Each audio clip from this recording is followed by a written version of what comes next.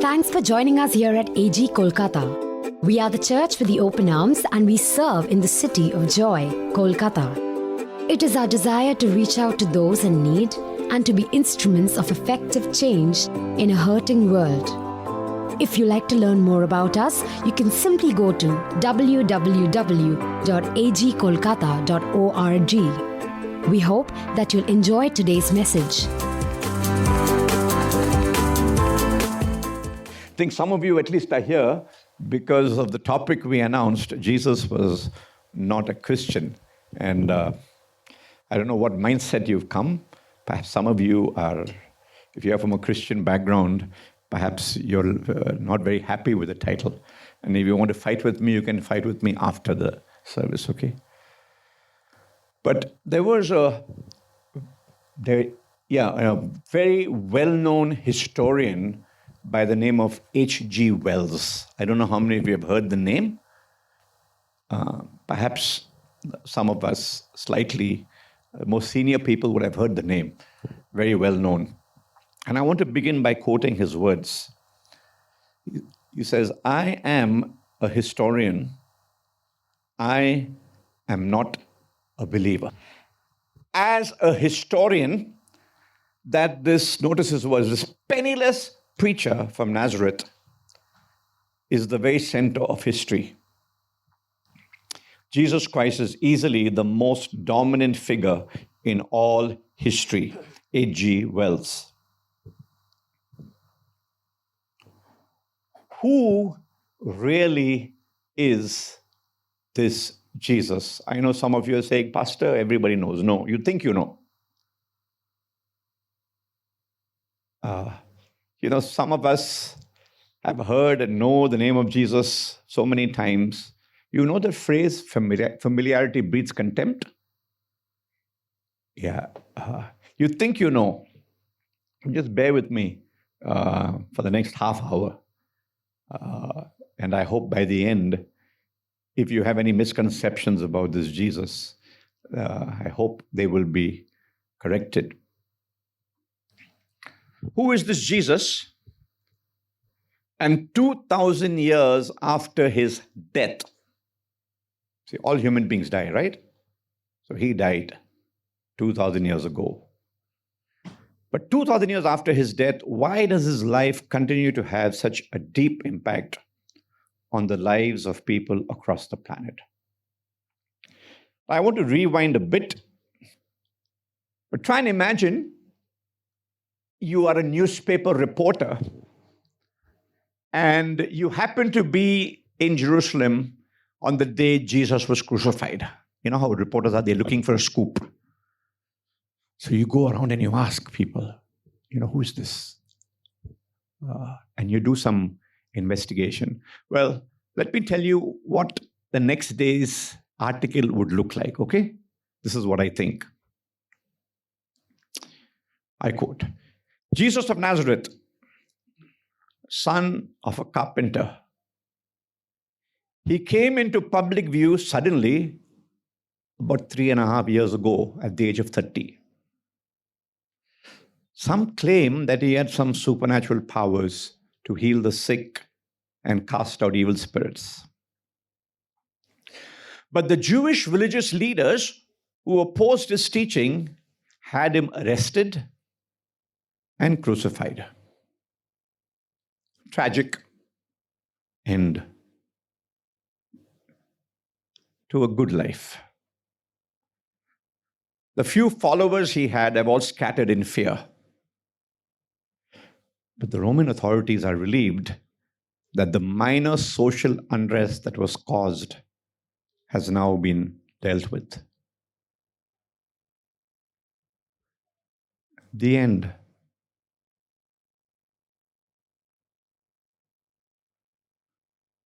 The reporter who saw Jesus' helpless figure hanging on a cross and watched him breathe his last could never have predicted that 2,000 years later, the world would still be impacted by this man. Now, hundreds of prophets, sages, and religious leaders have come and gone down through the ages. And we respect every one of them. All of them had something good to say and contribute to the progress of humankind. But I believe Jesus was different. And what makes Jesus different from so many great men and women who have come with a message from God, have come and served mankind in some way? What's so special about this person called Jesus Christ? Is it because Jesus came as the founder of a great new religion?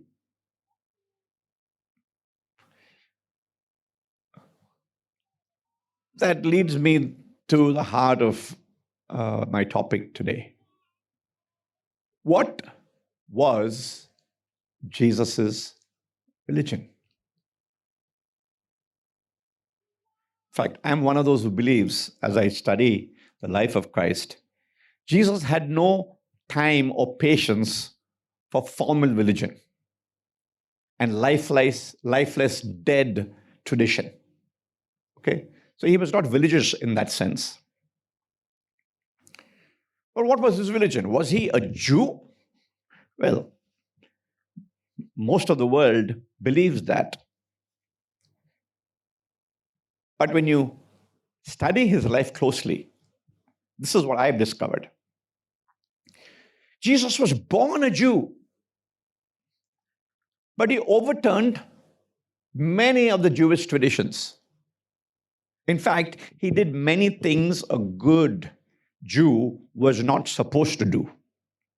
Let me give you a few illustrations. The religious Jew, the upright Jew, kosher Jew, despised women and despised the half-breed race called Samaritans. Jesus, very radical for the time in which he lived, actually included women as part of his traveling team. I thought some women will smile at me when I say this, okay? And publicly didn't hide his liking for the Samaritans. And see, this is what among the things that made the Jewish religious leaders really angry with him. Not only that, the religious Jew actually regarded non-Jews as, and I quote, fuel for the fires of hell. They despised the non-Jews. Jesus, although he died in Jerusalem, which was part of the Jewish territory, he spent most of his time outside of Jewish territory in a province that was called Galilee of the Gentiles. Give me one more illustration. This thing is going down. Somebody can help me to raise it up. The Orthodox Jew made a big deal about keeping the Sabbath. These guys are amazing. Huh? You must give them a hand. All of these people here on this side and on that side. It's okay. Never mind. I can hold it in my hand. See that? Can you think anywhere in the planet there's such efficient change can take place? Thank you. The Orthodox Jew made a big deal about the Sabbath. The Sabbath was a day when, the Orthodox Jew had, believe it or not, thousands of detailed instructions about this special day called the Sabbath. Now, Jesus deliberately rocked the Sabbath tradition.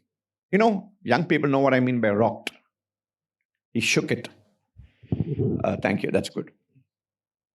He healed the sick on the Sabbath, and the religious Jews had problems with that. You don't heal the sick on the Sabbath.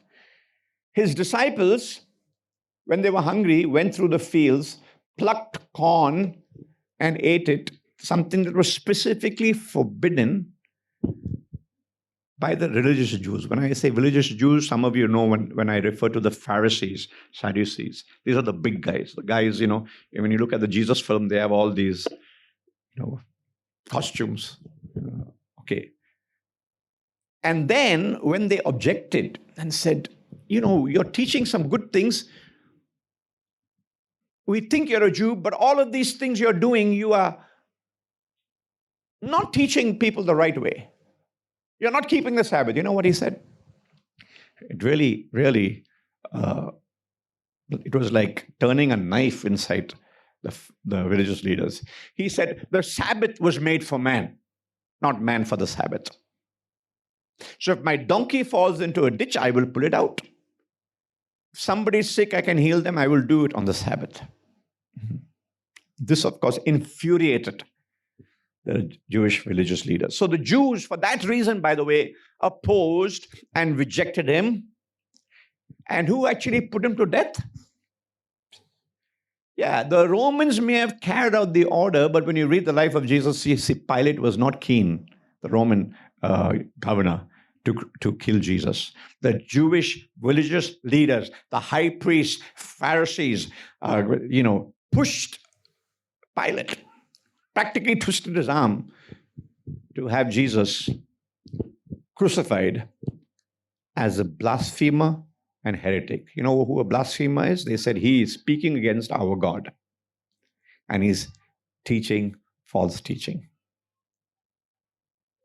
Let me give you one line from the gospel that summarizes it. John 1:11. He came to his own. Who were his own? The Jewish people. But his own did not receive him. He came to his own people and even they rejected him. My conclusion. Jesus may have been born a Jew, but he did not die a Jew. He died as an outcast. He was thrown out of the Jewish religion. So some of you think, okay, Pastor, accepted. He must have been a Christian. I challenge anybody in this room or outside to find one place in any of the writings that are connected to the life of Jesus where either Jesus called himself a Christian or people referred to him as Christian. Jesus never used the word Christian, nor did he use the word Christianity. Then where did it come from? How did it come?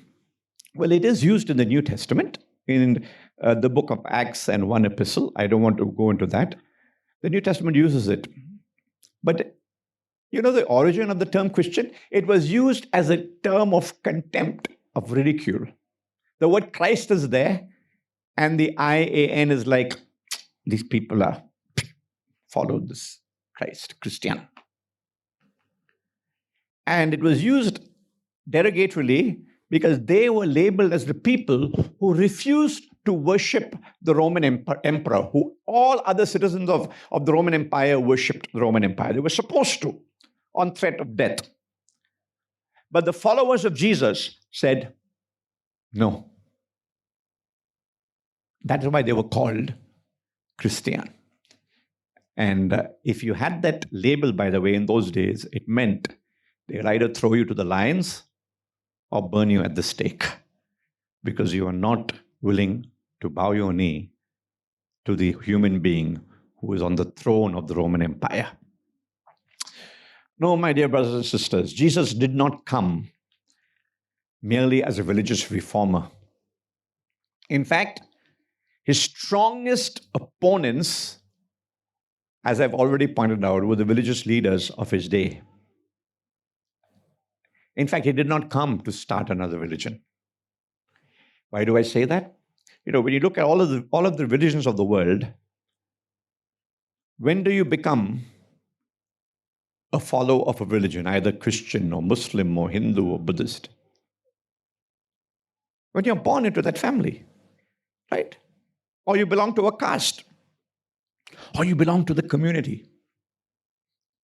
Jesus made no provision to become his disciples based on birth, caste, or community.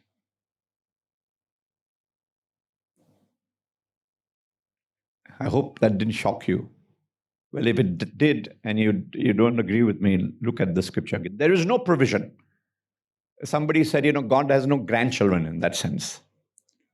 Every human being born on the face of the earth, whatever family, community, or caste, you have to make a decision to follow Jesus, to become his disciple. There's no automatic belonging to the family of Jesus. You've got to choose. So if he did not come to start another religion, why did he come? Simple. Jesus came as the Son of God, who is the creator and father of the entire human race, with a message for every human being on the planet. And to show everyone what God is like. And then to show us how we can become friends with God and thus experience life in all its fullness. Let me give you just one line from the words of Jesus himself. One of the places where he said this, John chapter 8, verse 12, I am the light of the world.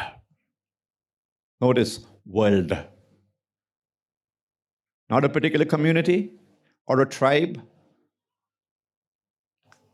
or a nationality, the world. Whoever follows me. What does whoever mean? Whoever. Whoever follows me will never walk in darkness, but will have the light of life. So, friends, that's my answer. And if you have a debate or you want to debate that, please, let's do it after the service, okay? But I'm not finished. Let me conclude. Jesus is not the Christian God. He welcomes all people to become his followers. And his promise is those who follow him will have the light of life. So here at the Way, we are followers of Jesus, the Way. But that's about half of my message this evening. I said we are followers of Jesus at the Way. But why do we follow Jesus?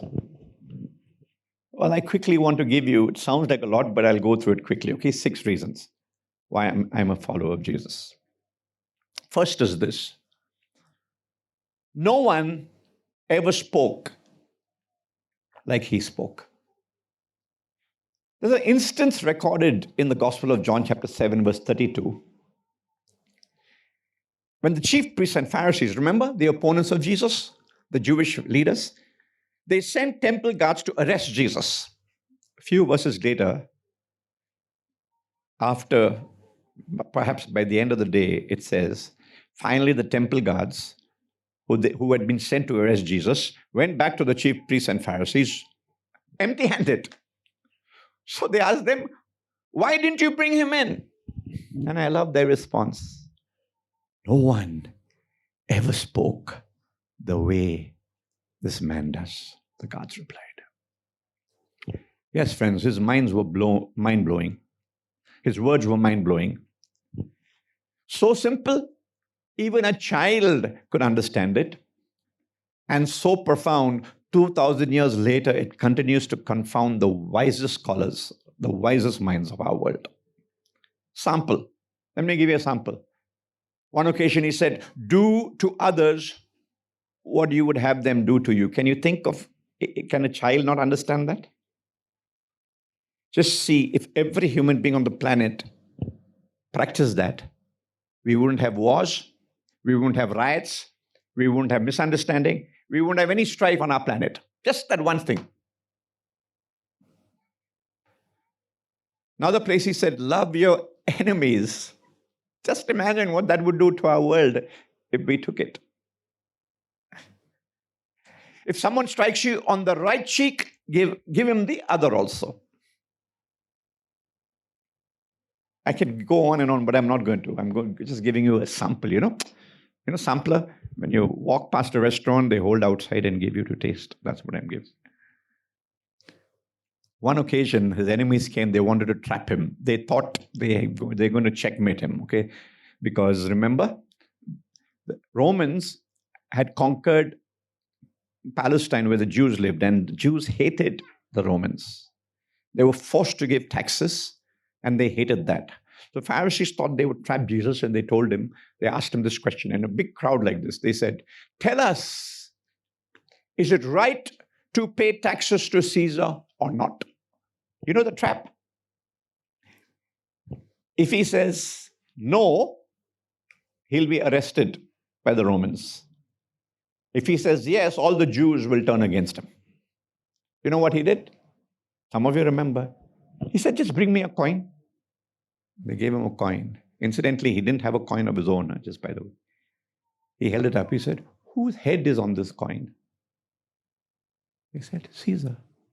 "Give to Caesar what is Caesar. Give to God what belongs to God." No one ever spoke like this man. If you want more, you need to read the story of Jesus for yourself in the Gospels. Secondly, why do I follow this Jesus? No one did what he did. His birth was miraculous. The only person in history who was born of a virgin. Miracles followed wherever he went. He opened blind eyes, opened deaf ears. He healed cripples, delivered the demon-possessed. One occasion fed 5,000 men plus women and children with 5 loaves and 2 fish. He walked on water, slept through a storm, and then when he woke up, he calmed the storm with a word of his mouth. Excuse me. He raised the dead many times. In fact, today, you heard a story. Someone who was few steps away from death, excuse me for saying that, Bindu, you confessed that, and came back to life. But he also did that with people who stopped breathing. He interrupted a funeral procession once and raised that person. He continues to do that even today, doesn't he? But the greatest miracle of all is the lives that he changes. And again, every time he met someone, that person's life was never the same. And when I say never the same, radical transformation. During the time of Jesus, among the most corrupt people were the tax collectors. And there was a tax collector called Zacchaeus. When he met Jesus, life was touched so powerfully, it says, he gave half his possessions to the poor and promised to return 4 times from those he had cheated. Can you imagine businessmen today doing that? You can do it. If Jesus touches your heart, he will also touch your pocket. No one ever spoke like this man. No one ever did what this man has done. Thirdly, no one ever loved like he loved. I'll tell you why that is so important, friends. We live in a world that is broken, divided deeply. And every day we face the consequences of that. On the basis of what? One thing, just one thing. You know what that is? Prejudice. Color prejudice. Caste prejudice. Prejudice based on wealth. I have more money. Social status. And even religion. Prejudice based on religion. I belong to this community. You belong to that. This is in fact prejudice that causes division, is the main cause of all the strife in our world. Do you agree with me? Some of you are nodding, you're listening. Now, Jesus had no prejudice, racial, social, religious, or gender prejudice. You know what is the only antidote to prejudice? Pure love. Pure love. I'll tell you why. All of us here have love. Anyone who doesn't know what doesn't say, no, I don't have any love at all. I don't love anybody. Anybody here? No, thank God. We all love. But you know what? I'll tell you who you love. You love your family. That's okay. I'm not saying it's wrong to love your family. Why do you love your family? Your husband, your wife, your children, your sisters, your mothers, your children, your mother, father, children. They're mine. Correct? You love your community. If you believe in caste, you love your caste. And we all know what language prejudice is, right? We take care of our own. Our people. Whenever somebody uses that phrase, our people, I want to know, oh, what about the rest of the world? Pure love loves human beings on a basis that I will tell you in a moment. But Jesus's love, or the extent of Jesus' love, and I want to just refer to it in one context, gender prejudice. That was a time when women were really looked down upon. So on one occasion, the gospel records, the religious people, by the way, they dragged this woman and threw her at the feet of Jesus and said, this woman has been caught in adultery. You don't have to be a PhD to know that adultery needs two people, right? They only bring the woman, throw him. And they quote Moses' law. Moses says, you should stone the adulteress to death. What do you say? Again, a trap. If he says no, then he's contradicting Moses. If he says yes, he can't do it. He's pure love. You know what Jesus responds? He said, okay, go ahead, but whoever picks up the stone should be without sin. If you are, point is, if you have sin, you have no moral right to throw the stone. So he who is without sin cast the first stone. And the scripture records he started writing on the ground. And while he's writing, some people speculate that he was writing each person's sin.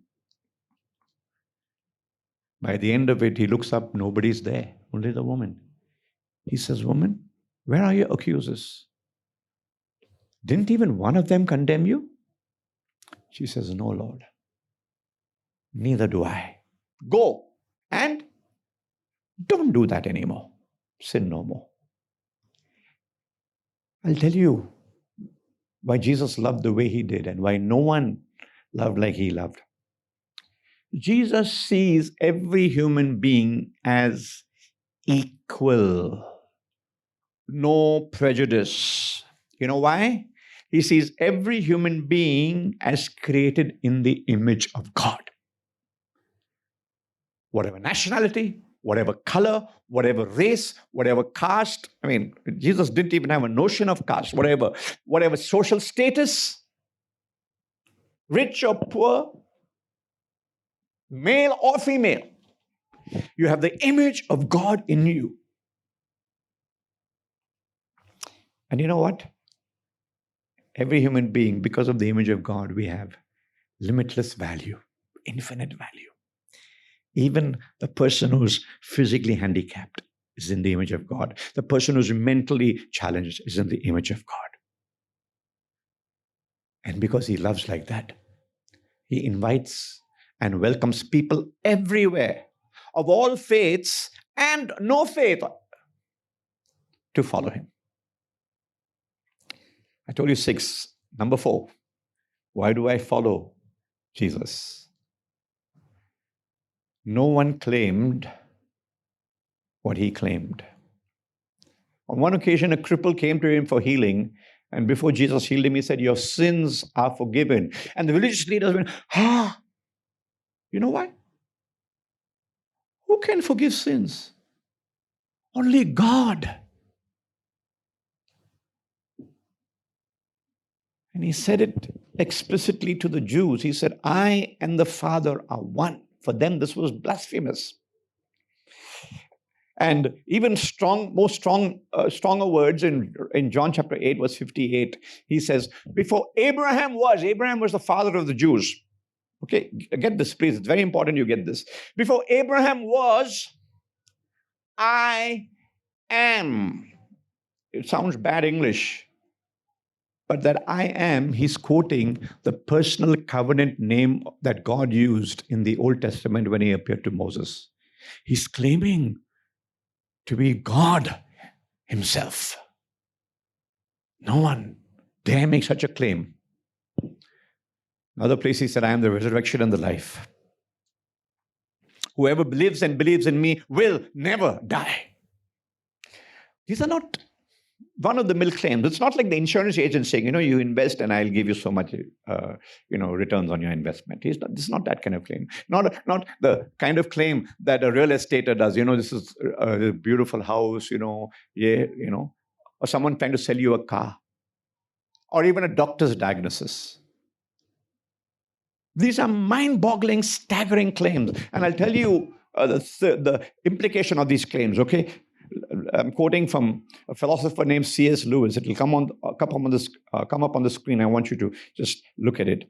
A man who was merely a man and said the sort of things Jesus said would not be a great moral teacher. He'd either be a lunatic or else he'd be the devil of hell. You must make your choice. Either this man was and is the Son of God, or else a madman or something worse. You can't make claims like that unless you're a liar, a lunatic, or Lord. I have a quote from Bono, U2, which I'll skip for now, okay? But Jesus' life confirmed the truth of his claims, friends. He claimed to be God walking this earth in human form. And if that is indeed true, if Jesus is who he claimed to be, the consequences it turned my life upside down. It should do the same for you. Why do we follow this Jesus? No one ever spoke like him. No one ever did what he did. No one loved like he loved. No one dared ever make the claims that he made. Fifthly, no one died like he died. No, the account of his life makes it very clear that Jesus had the power to avoid the cross at any time he wanted to. One occasion, when his disciples tried to defend him, when the guard sent by the high priest came to arrest Jesus, one of the disciples, Peter, took his sword and, he tried to defend Jesus and pierce one of the attackers. But he was a very poor swordsman. He managed to just get a bit of his ear. Jesus healed the ear and told Peter, don't be stupid. I'm paraphrasing. He said, if I wanted to protect myself, one word to the Father, 12 legion of angels would come. He had a choice not to die.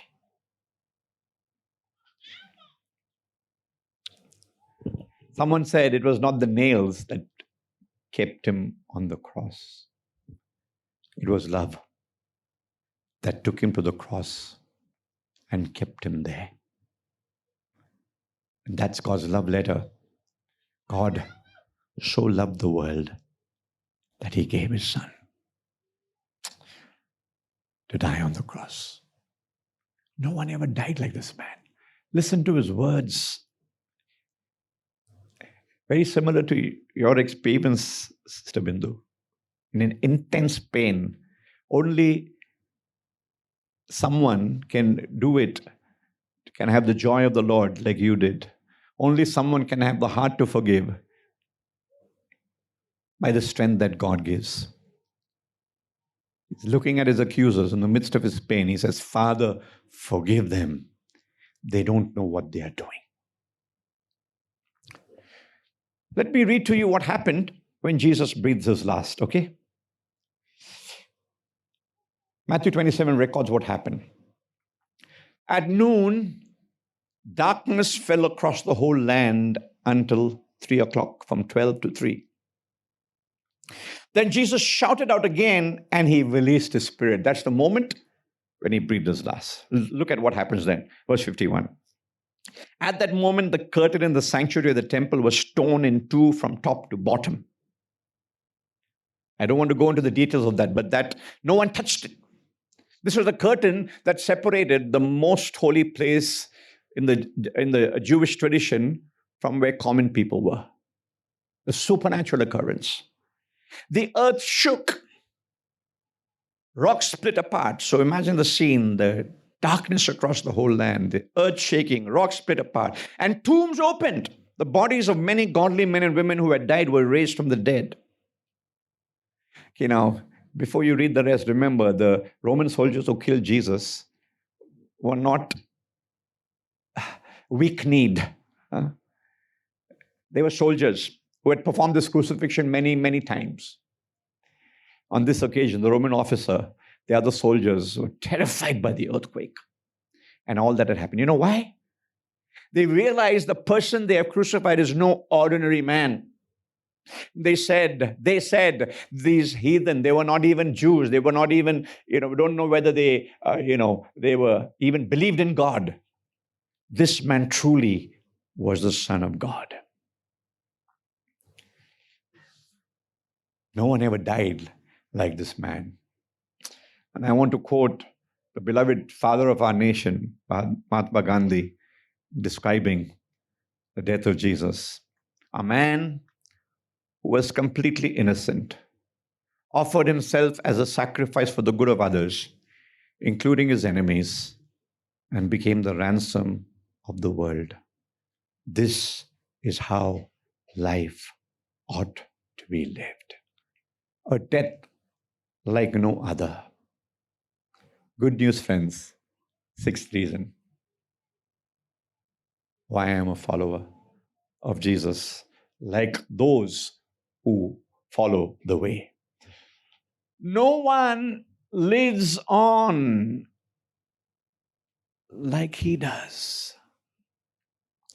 Many great men and women have come and lived and died, shared great teachings and philosophies. But friends, unlike scientific truth, which can be verified here on earth, truth about unseen realities.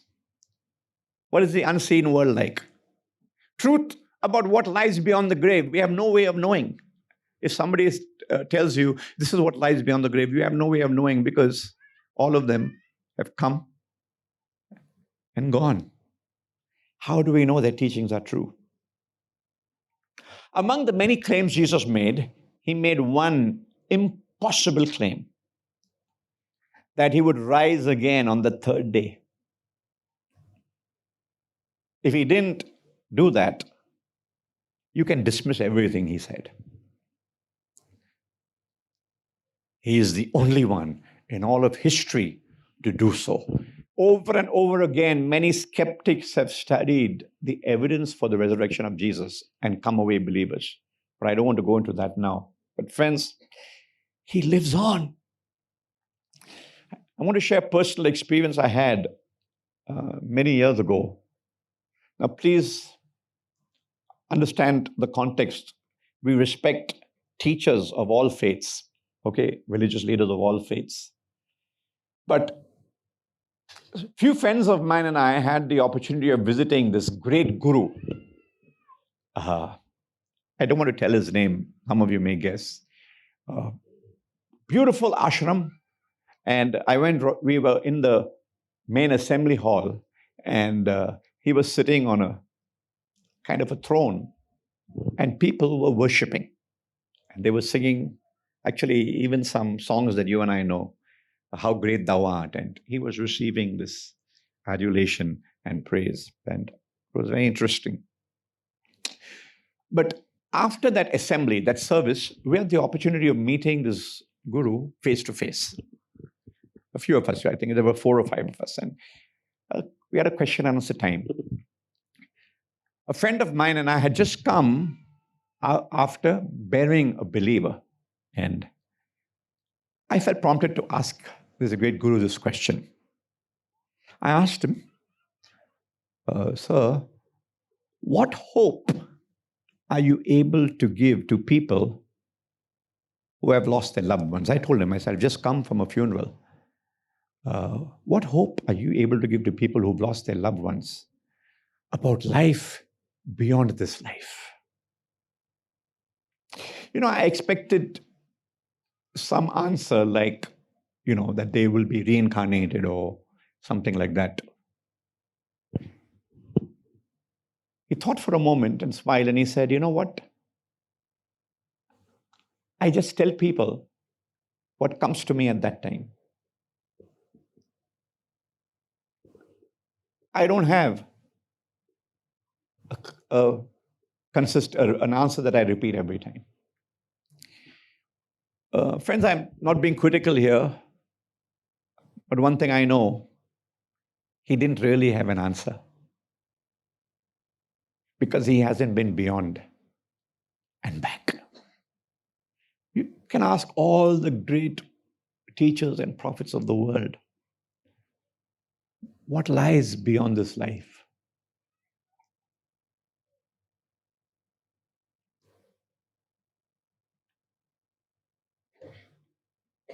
You know what you will hear? What you just heard, silence. Only one voice comes back from the other side. I am the living one. I was dead and I am alive forever and ever. I am the resurrection and the life. He who believes in me will live even though he dies, and whoever lives and believes in me will never die. You know whose voice that is, don't you?